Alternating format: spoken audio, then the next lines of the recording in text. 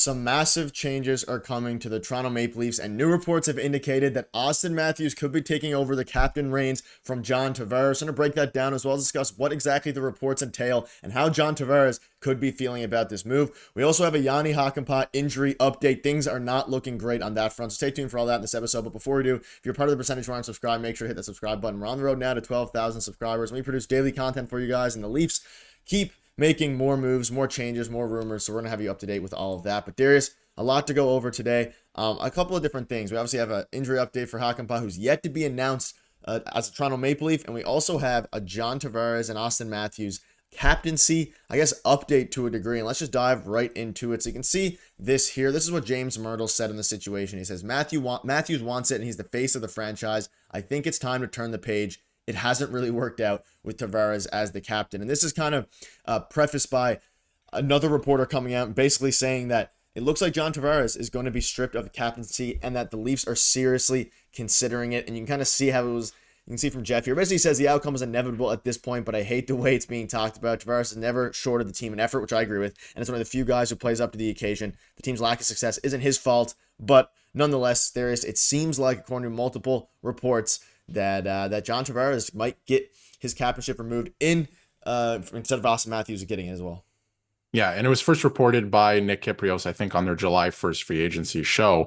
And he mentioned that he's hearing some rumblings from whether it be inside the organization or what have you about that this might end up happening. And honestly, in my opinion, I thought for a long time now, this is Auston Matthews' team, right? If you look across the league, there's guys like Quinn Hughes getting captaincies now, right? You just look across the league and all the top players on their teams are getting the captaincy. Connor McDavid got it, I think, in his third year in the NHL, right? So if you look across the league, a lot of top guys are getting the captaincy. And I honestly think, I'm not in the room. None of us are in the room. But if you look at on ice, I mean, Auston Matthews leads by example, right? He wants the best from his teammates, and he goes out there and gives it his all the time, right? You can't say anything about that. Same with John Tavares. I'm not taking anything away from Tavares. As you can tell behind me, I love both of these players, right? And I think for the time when the decision was made, it was a good decision to make John Tavares the captain. He was the oldest guy coming into the team.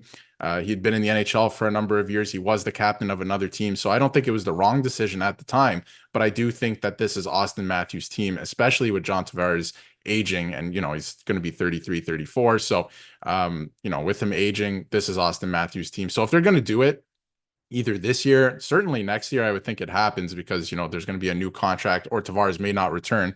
That's a topic for another video, but I think it's going to happen sooner rather than later at this point.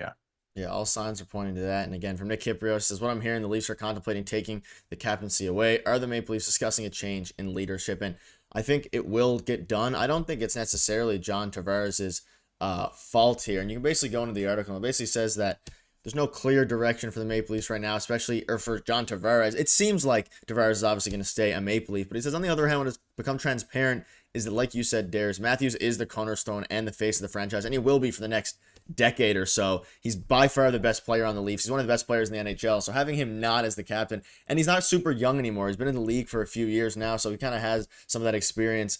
I'm fine with it. Do you think that John Tavares, though, will have anything to say about that, or do you think it won't really matter? No, I think it would hurt him, right, if he was stripped of the captaincy. But I think I also get from John Tavares that he would understand it, and I don't think he would make a big deal out of it, especially if he's under contract, right? I don't think he would make it a distraction, but I do think personally, like, he would probably be pretty upset about it. And I think for the Toronto Maple Leafs too, if you're going to make this change, I don't think it should be a change out of, the sake of making a change. Oh, we got to do something different coming into this year to change things up. And that's the way we're going to win and make the second round. I don't think that has anything to do with it. I think it'll be a nice little morale boost, right? Especially for Auston Matthews. And I think he wants it. I think he wants to take control of the team and make it his team, not in a bad way or anything. I think he just, I think he would, take it to another level if he was captain. So for John Tavares, obviously, I think that would be, pretty devastating, but I think he wants to be a Toronto Maple Leaf and he wants to win with the Toronto Maple Leafs. So whatever that means, by any means necessary, I think he'd be okay with it.